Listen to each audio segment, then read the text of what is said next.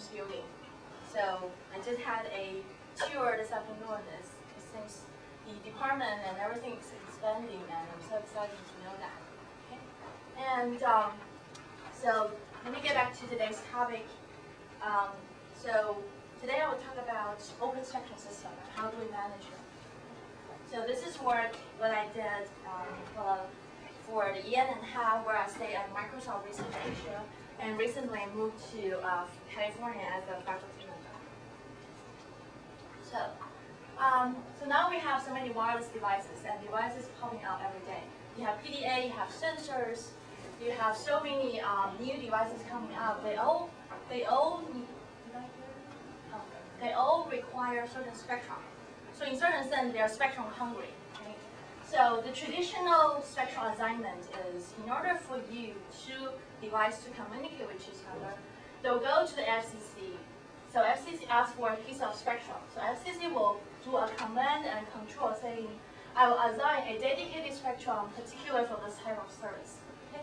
So you have something for 802.11, something for UWB, something for cellular tower. Okay? So that's a fixed assignment called command and control. Okay? However, when we have new devices coming up, FCC find out that the spectrum map is pretty crowded. So they nearly have no new spectrum to assign. This is already faced in UK in terms of Ofcom. When they want to assign new spectrum for WiMAX to be deployed, they literally find nothing open. So now comes the problem of spectrum scarcity that every nation will eventually face. And so that got DARPA and lots of agencies to think about, is this current spectrum management good enough? So they did another study in terms of measure the spectrum utilization in different geographic areas. What they found out that, surprisingly, although these spectrum are aligned to some particular user, the utilization is really low, and most of the time it's less than 6% occupancy. So you have one problem of spectrum scarcity. On the other side, you have a spectrum underutilization problem, which is, it's just conflict with each other. So that means the current spectrum assignment technology is just not good enough.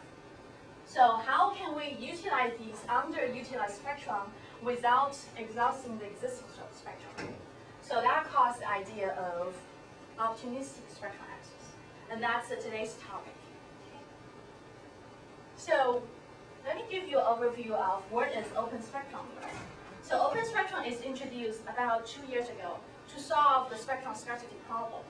What it does is basically we can certainly, by rearranging the spectrum, by taking away everybody's spectrum and reassign that efficiently. Obviously, it's not practical because if I am a spectrum holder, why would I give up them?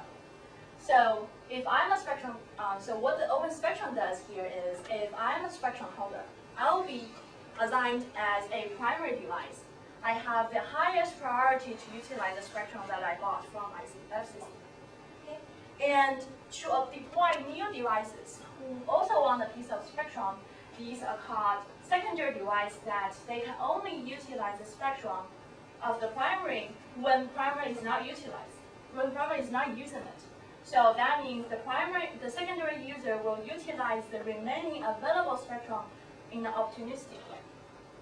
So the goal of the open spectrum system is to, obviously, we wanted to utilize open spectrum to maximize system utilization, but at the same time, we really want to reduce interference, because interference will result in transmission failures, which just totally just reduce the effectiveness of the spectrum usage. Okay? So in order to make this happen, what do we need? I mean, ideally, we don't want to do anything to the primary devices. We want to make this transparent to them, right? Assume they're dumb. Okay? And so you really want to put commutative radio onto the secondary device.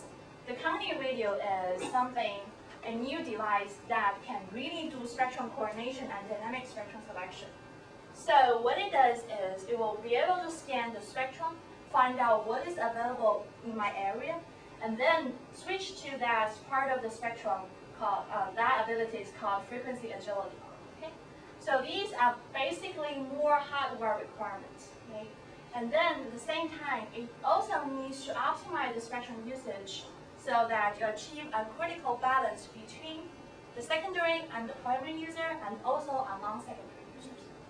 So now in this kind of system, what kind of challenge do I make? To introduce that, let me go through a particular scenario that will make things easier to you.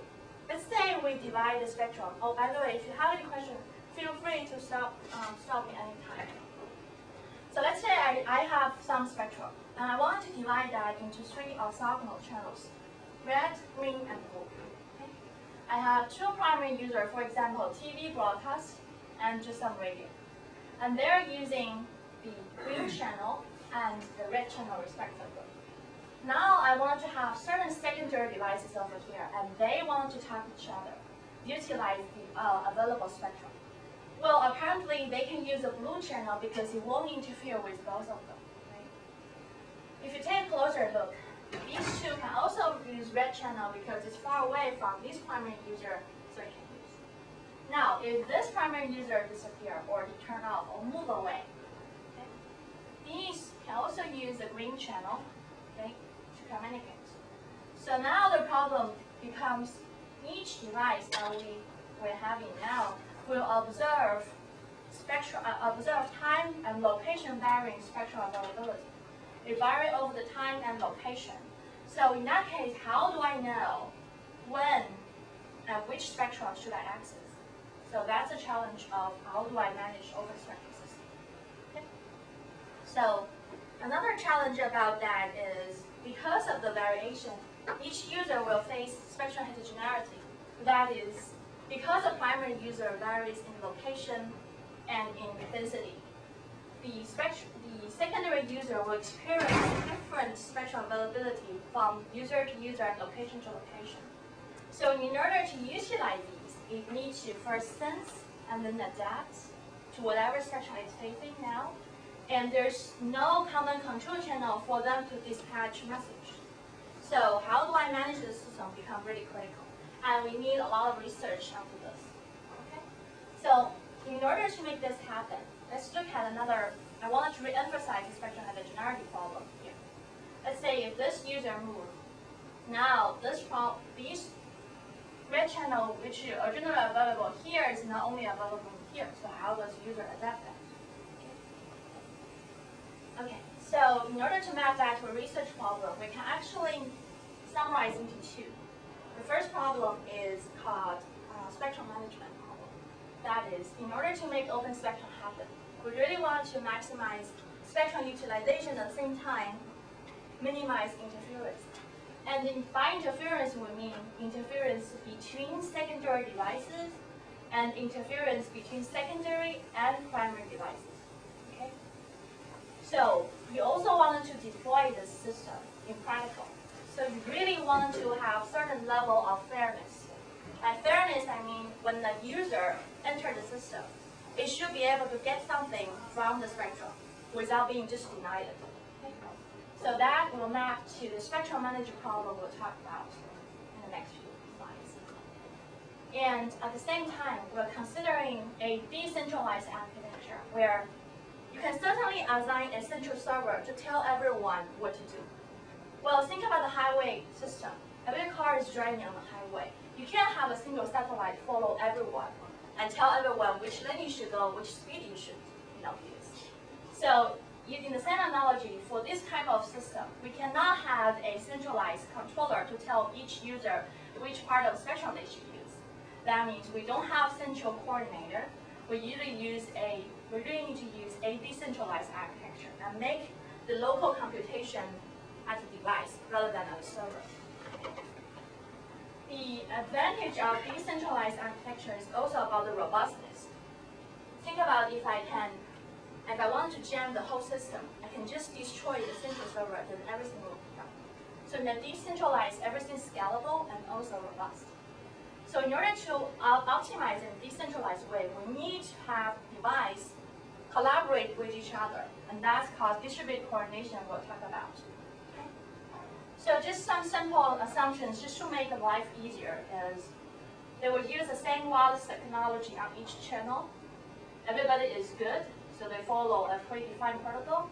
They can also, we're assuming that the secondary user can detect the primary user. And these can be done through hardware or software collaboration. So we're not focused on that problem now, but there's have been lots of work on this area. Okay, so I guess by now you should understand what you should have a rough idea of what I'm gonna talk about today. So let's go over, we talk about open structure system, and we'll talk about two kinds of technology.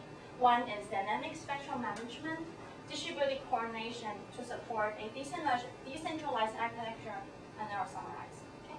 So let's go to the dynamic spectrum management. Okay, so mapping to this into a theoretical problem, what we have now is we have some transmission links, some channels, and there's certain interference constraint. So if you look at this graph, this index tells you the device index. This index tells you the frequency. So the purple marks the frequency that have been utilized by the primary and that's disabled at each individual device. Or in another sense, the green channel here represents the spectrum opportunities that each user sees. So now the problem is, how do I find for each user to find which set of channels so that they can communicate? And in order to do that, we have to deal with interference. So that is taken into account in terms of optimization constraint. That is, if two transmission conflict, then they should not use the same channel because that would just make most of them fail at the most of the time. Okay? And then you really want to put this into optimization goal in terms of, so we come up with something called maximize system utility. Well, so this is more like network enforced utility measure. The sample of the utility measure can be, first, maximize system throughput, so max a revenue, doesn't care about fairness. The second one is, because the first one, you can have user get nothing, while the other get a lot, it still doesn't matter. So there's possibility to consider a second system where you want to maximize the minimum, so the max mean problem, max minimum of the link throughput, the worst user case. And also you wanted to have the fairness in terms of proportional fairness. So in this case, you only care about the lowest throughput in the system. In this case, you care about the proportional throughput in the system in terms of, if I'm in a good condition, I should get more spectrum or more resource. If I'm in a bad condition, I get less. So it's proportional to what your environment conditions are. Okay. Okay. So in order to do that, we actually get three solutions. So mapping to different kind of architecture. We start from a topology-based optimization, mostly suited for centralized architecture. We then found out that the centralized has a certain distributed version, but the overhead is too much. So we go through a distributed bargaining approach, actually stimulated by Zheng and Ray's work over here. And we still think these two guys have still too much overhead. So we went to a rule-based management scheme. Okay? So let me go through them one by one. So let's see from a top level is we have a open spectrum system like this. I have three ad hoc links. Okay, so these marks their spectrum availability in terms of power. And they also have some interference risk, so you know that we can transfer this into a conflict graph where each link translates to a node. Each link's spectrum availability translates for colorless. And also the conflict constraint translates to an edge. That is, if two nodes is connected with the edge, then they are conflict if using one part of the channel. So now, the robustness we introduced here is, and very different from the traditional graph coloring is, instead of have a single color or monocolor, we have a multicolor edge. This is mostly because different color represent different kind of frequency and different power requirements. They will have different interference range so that they will map to different kind of conflicts. So in this case, we reduce this to a unique conflict graph. And the problem is reduced to how do I assign color to the nodes from its colorless so that the system utility is maximized. Okay. So let's look at how this is different from the traditional graph counting, because we know that traditional graph counting has very nice solution. There has been more than 20 years of work. In the traditional graph counting, all the colors are the same. Edges are colorless. And the goal of the graph counting is use the minimum number of color to color all the vertices so that each vertex gets exactly one color. Another version of this is maximum independent set problem, but that only corresponding to the maximum system utility or the sum utility. Doesn't solve the sum, doesn't solve the fairness or the minimization problem. So in the new problem, the color matters. First of all, each color represents each channel can have different bandwidths. They may have different interference constraints. And most importantly, we have a much broader optimization goal in terms of align color from the color list to maximize system utility. A defined system utility rather than just giving each user a color. Okay? So if you know graph counting, you should know that when the color is the same, these problems can be reduced to the original graph counting to some extent. And the graph counting problem is already an NP-hard. So that makes the new problem at least as hard as the old one, which is NP-hard. So by doing that, there's no polynomial time solution, but we have to use heuristic-based information. Okay. So we actually propose a recursive labeling and color assignments. It's basically very simple. During the labeling, it's a recursive scheme. During the labeling, each vertex just choose a color that maximizes the vertex contribution to utilization. For example, A would choose color red with contribution 2 being 1.5, C color blue 1.2. And you basically label the vertex with that contribution. And the assignment, you just pick the vertex with the largest label and assign the color to that vertex. So A is assigned red color, and to avoid future conflict, you basically delete any neighbor with the red edge to A and delete that from its color list. So in the future assignment, they will not conflict. Well, you can do this, recursively, and everything will slowly converge to a final solution. We can certainly extend this to a distributed allocation by allowing nodes to pass a token among themselves. It's kind of complex. So what you have here, the important step is how do we choose a color and how do we calculate the contribution? So we actually calculate that for different kind of utility functions. And we also introduce two types of labeling strategies. One is collaborative, where when I derive my label, I actually consider what kind of impact do I input on my neighbors. And the non-collaborative, I just want to get the maximum I can get. I don't care about the system utility, but that's it. So in that case, you will have two kind of rules, different solutions. So I wanted to show you some results. So in this graph, smallly compare all these utilities. So in this graph, the red circle represents the primary user in the plan, okay? And the star represents the secondary user. This actually represents, because we have 20 secondary users in the system, this represents the channel availability to them given these primary users right in this solution. We actually compare the maximum sum, max mean of minimum, and max fairness in terms of collaborative, non-collaborative, and as a reference and random point. So as time change, you see the topology distribution.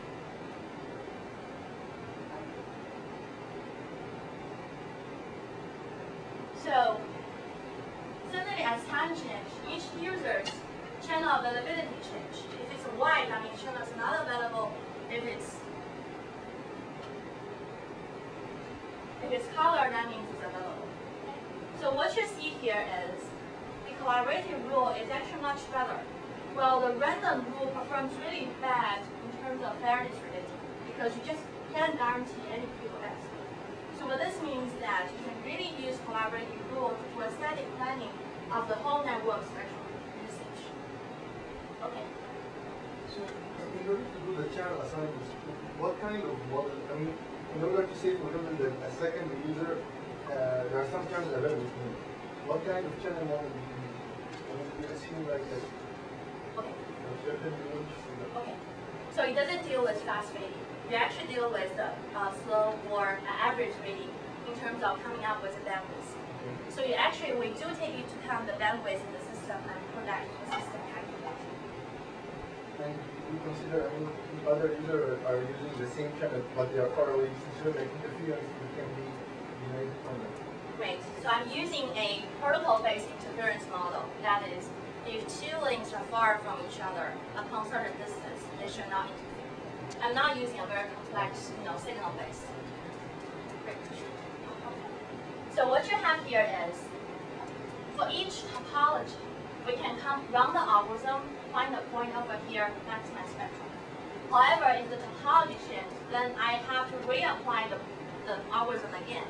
And that means even I have a small topology change, and then still have to deal with that, which is not scalable at all. Right? So it's probably good for a static network, but for dynamic network, we do better.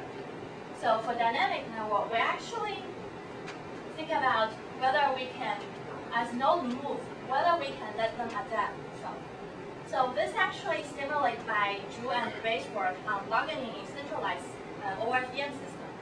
But we extend that to distributed bargaining in terms of let the user and ad hoc bargaining among themselves to solve system optimization.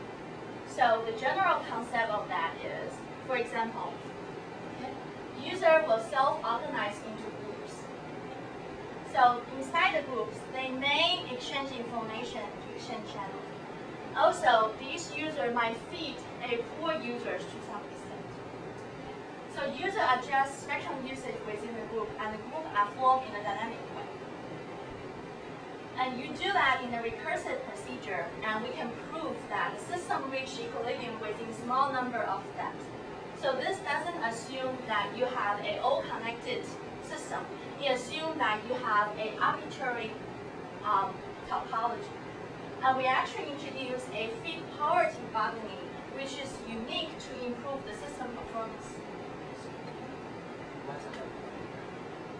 Equilibrium means, it's a game theory perspective, means the system reaches a stable state. No one will take action because it doesn't build in anything. Okay, so in order to do bargaining, we have to apply certain constraints. Otherwise, it reduces to the original graph counting problem. So we actually have to limit the neighborhood bargaining in terms of one-to-one bargain, so one-to-one, one buyer multi-seller, in order to do the feed poverty bargaining. That is very important in our system. And we also have to have self-contained group so that this group's action will not disturb this group's action. Right? So by doing that, first of all, you have to put isolation between two groups. Okay? So this user, if he knows some of his neighbors bargaining, he cannot bargain at all. So only when they finish, he can start. So this actually provide you a very good improvement step where each user just observe. If I can improve the local utility, then I will definitely improve the whole system utility, so that the bargaining will end in finite step, and the system throughput, the system utility will improve each step. Okay? So we actually proved that the system reaches equilibrium with a smaller number of local adjustments, and we can actually derive what's the number within them.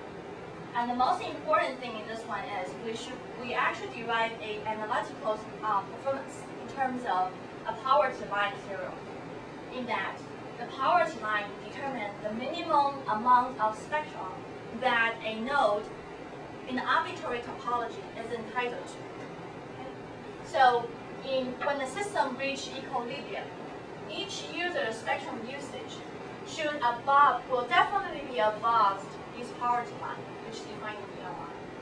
And the poverty line depends on channel availability and the number of conflict neighbors defined by this. So this is actually very nice. If I'm a user, I'm in the system. By looking at how many neighbors conflicting with me, I should know how many channels I'm at least entitled to. So if I'm below that ratio, I should definitely bargain with my neighbors in order to get to my poverty line. And if they cooperative, then I definitely should get to that.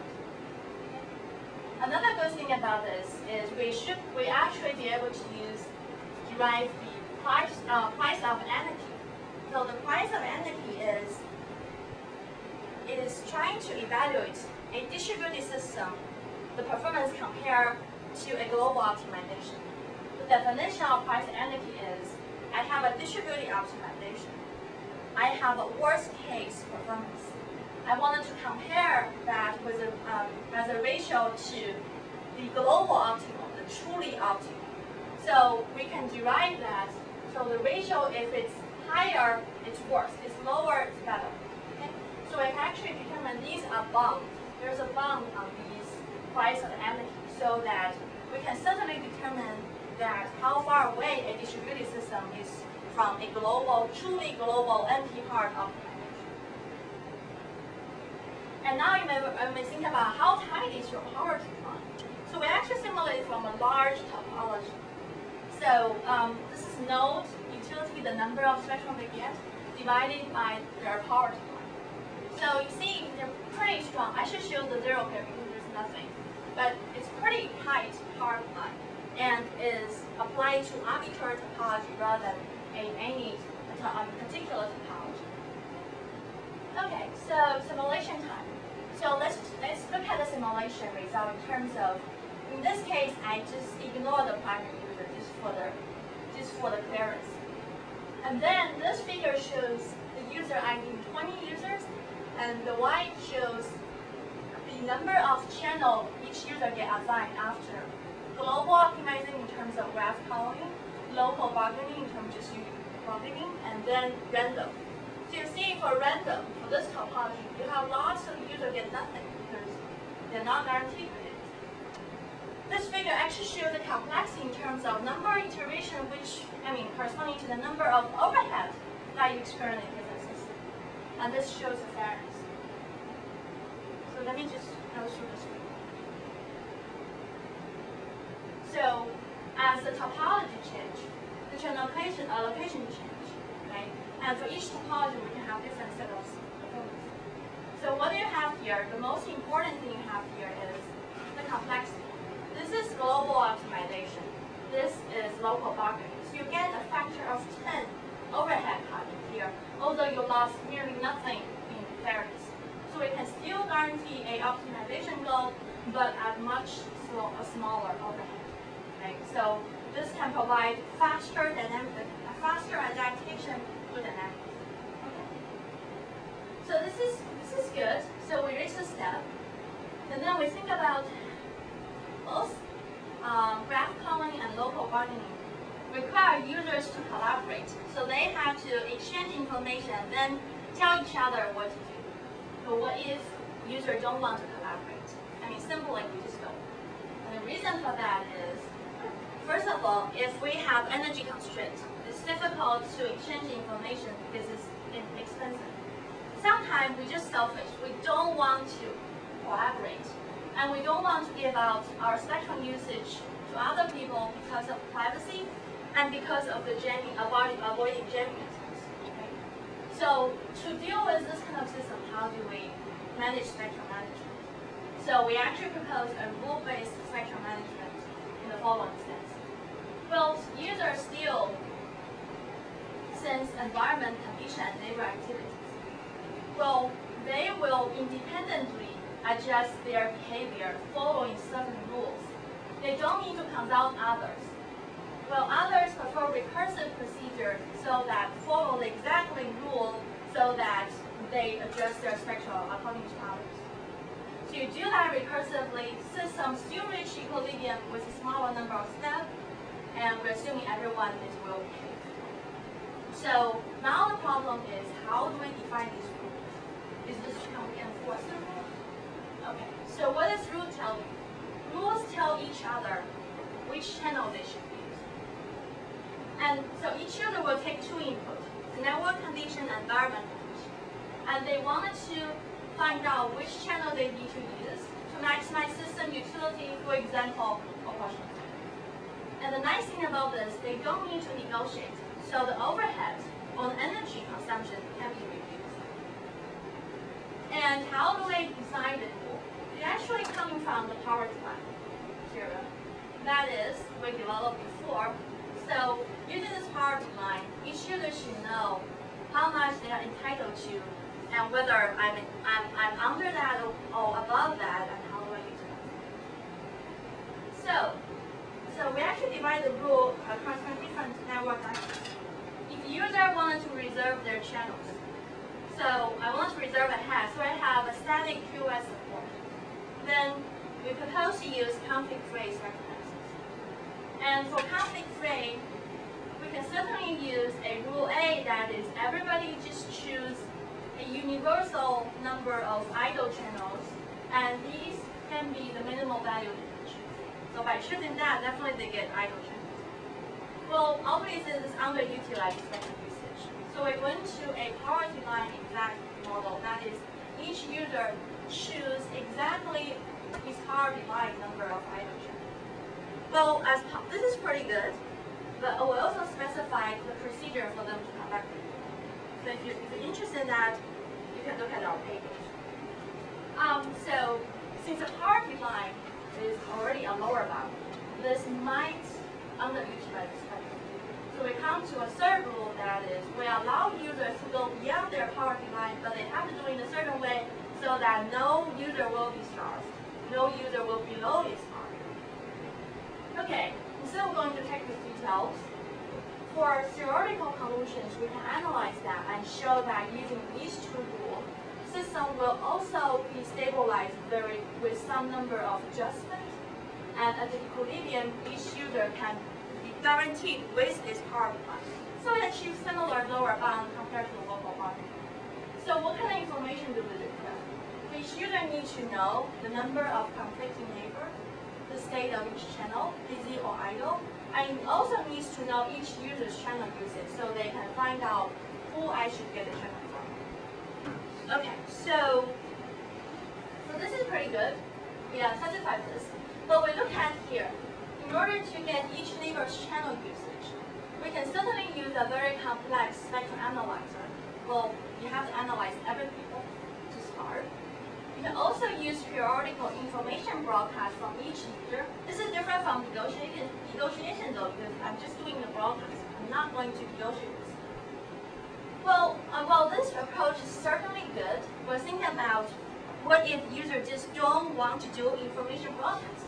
Can we do something else? So that's why we come to the contention-based spectrum access with another two rules. So the rule here is, general is users should listen before talk, just to avoid conflict. So this is traditional CSMA, 8.11. So adding to that general, well, we can let each user choose X channels that give him the maximum throughput just to this user. So make X universal across all the channels, and which can be pre-specified by the system. Well, obviously, this does not take into account the proportional fair kind of sense. So we actually choose a poverty line guided system, and we allow users to go beyond poverty line by a factor of R. Similarly, they can reach equilibrium through under certain adjustments. And now what you required is, I just need to understand how heavy this channel is utilized and the number of conflicting neighbors. I do not need to know each neighbor's spectrum usage. I just need to know these two information, which can be, collected by a spectrum sensor. So in that case, we can actually, get a very lightweight, spectrum management. Okay, so. So if I'm thinking like CSV, I think two secondary users, for example. Say that I for myself, I listen to the channel and I know that this bandwidth is free. So I negotiate to the other user saying, okay, I'm going to send on this channel. At that time, he doesn't find the same channel free. Right. We're actually leading into the second topic, which is distributed coordination. That is, how does device coordinate with each other, tell them what to do. So that's the second topic. So just wait a moment. So these algorithms are better than this. So to do the simulation, we actually simulate similar structure, and the red nodes here is just say they will change they will move in the next axon. So what I have here is three different two rules, rule C and rule E. This is compared to local bargaining and also a baseline in terms of random. This shows the sum throughput of the system just as a reference. It's difficult to view that, so we make that proportional. So everything is divided by the performance of local bargaining. So you can say a relative. This is number of message exchange overhead. And for rule E, because it's contention based, it doesn't need that much overhead, so we just look at the number of iterations required. And this just shows the fairness. So what you have here is, as topology chain, obviously all these will just. So I want you to look at this. This is the number of overheads that the local bargaining sees. Before, it's already got a factor of 10 compared to the graph column. Now we can reduce another of a factor of 4 in terms of overhead. Well, the overall goal is to maximize fairness. You get a little bit cut in terms of fairness, but it's relatively small compared what's the difference between the random. So the random is really bad, but sometimes got 0. In terms of system utilization, it's not that much different. So what does this mean is we can really come up with a lightweight distributed spectrum management system in the field.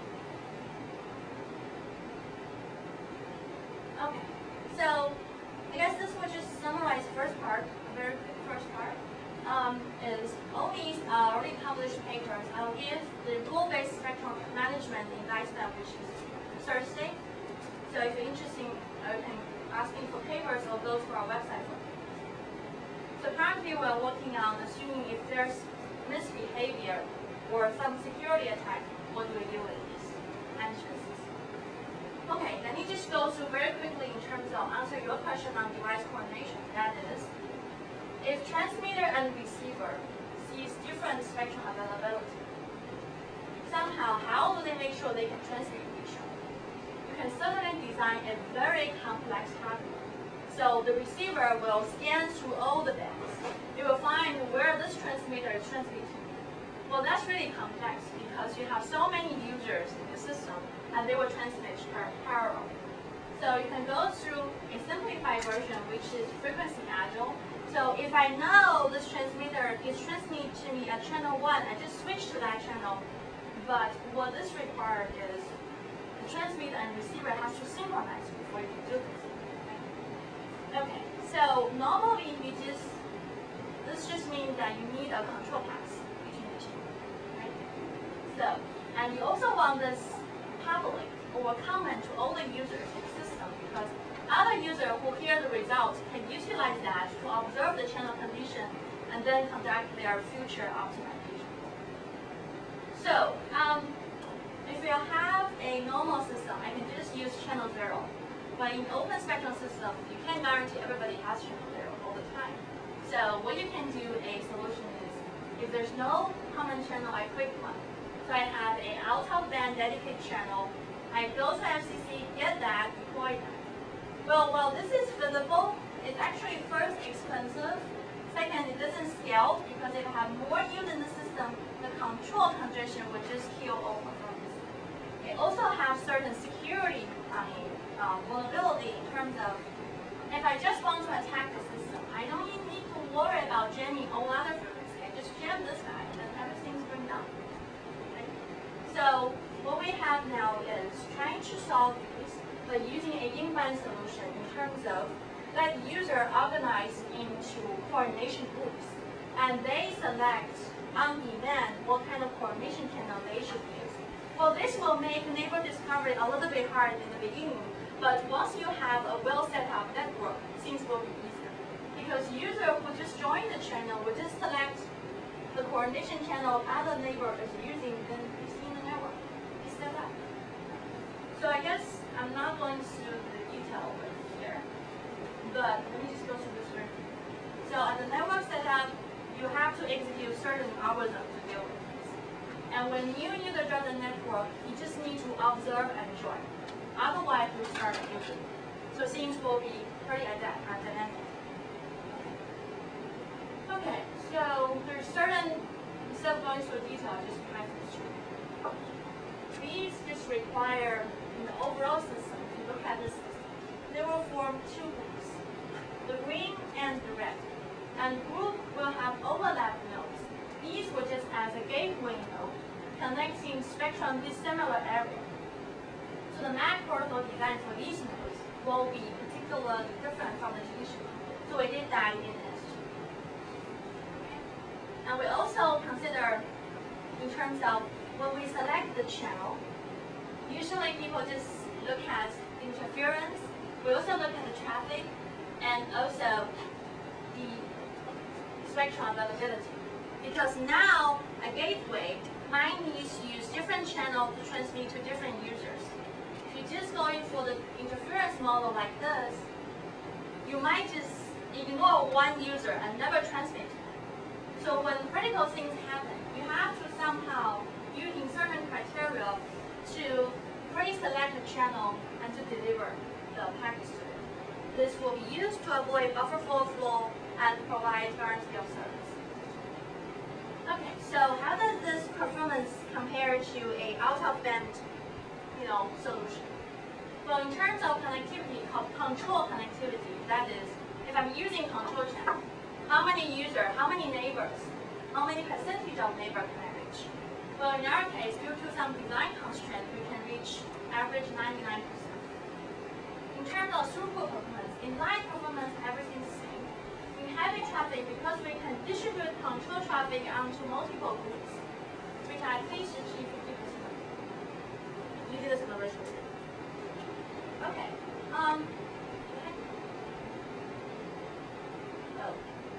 sorry. I somehow deleted the conclusion slide. So let me just use just briefly summarize. So what we have learned today is how do I manage open structure system? I introduced the concept of open structure system. I introduced two kinds of technology. One is how do we manage the spectrum assignment? How do we distribute allocated spectrum to users? The second one is, in order to support a distributed architecture, how do I set up a control path among users? Okay, so these will belong to MAC protocol or MAC algorithms. Right? So currently what we're doing now is more on the route level is how do I support routing and spectrum selection at the same time? And how do I handle security attacks to open circuits? I guess that's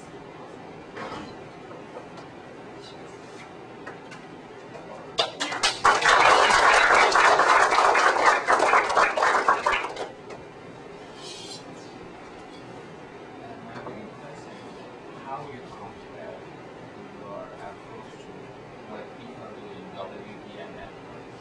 WDM will have connected networks, pointers, and each node has different wavelengths. But obviously the problem there is each pair of nodes, when they want to be logically connected to each other, they have value wavelength on fiber. This problem is kind of similar here because here you also need directly on a part of spectrum. right. So the challenge here is we want to consider a decentralized system where there's no central working. So how do I mean, when you were talking, because I want to be part of the research, I was thinking maybe the two possibly could be connected in some way or have a similar. there's possibility in similar overlapping area, but I think they will have different constraints. So and different challenges. So that's because this open structure has never been built before. That's what we're doing.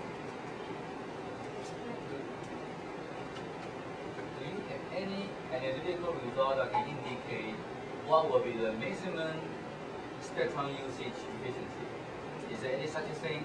It's a function of user, and what would be the maximum efficiency that you can achieve so that can guide you that how good is your heuristic.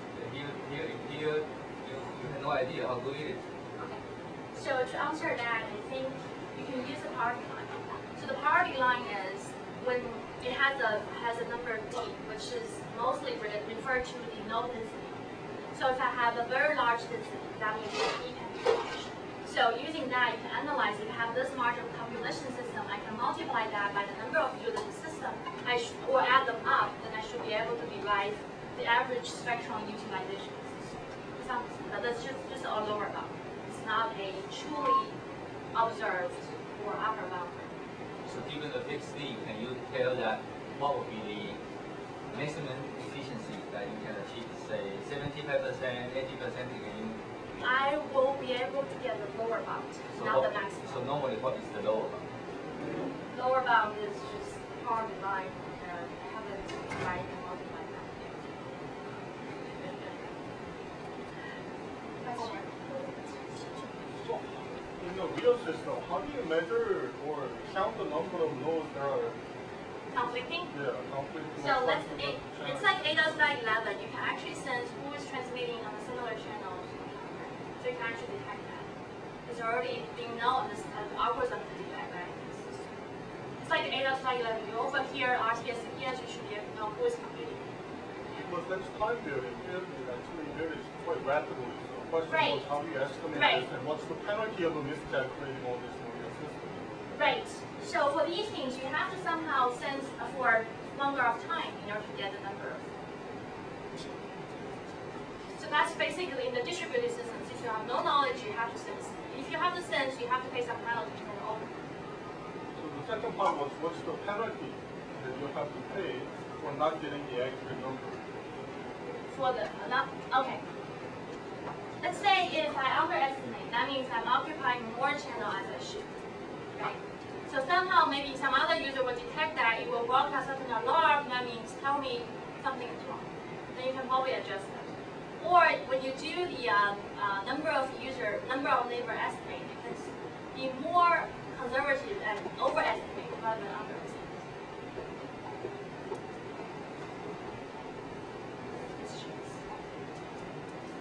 Question. You are presenting considering relatively friendly environment. When you have not powerful users, there are two types. The one is more selfish, and the other one may be more malicious. I noticed in various solutions you take that into account, you somewhat implicitly into account, considering whether there's a certain journey, but have you considered very explicitly you have selfish and as well as malicious users who circumvent your management systems?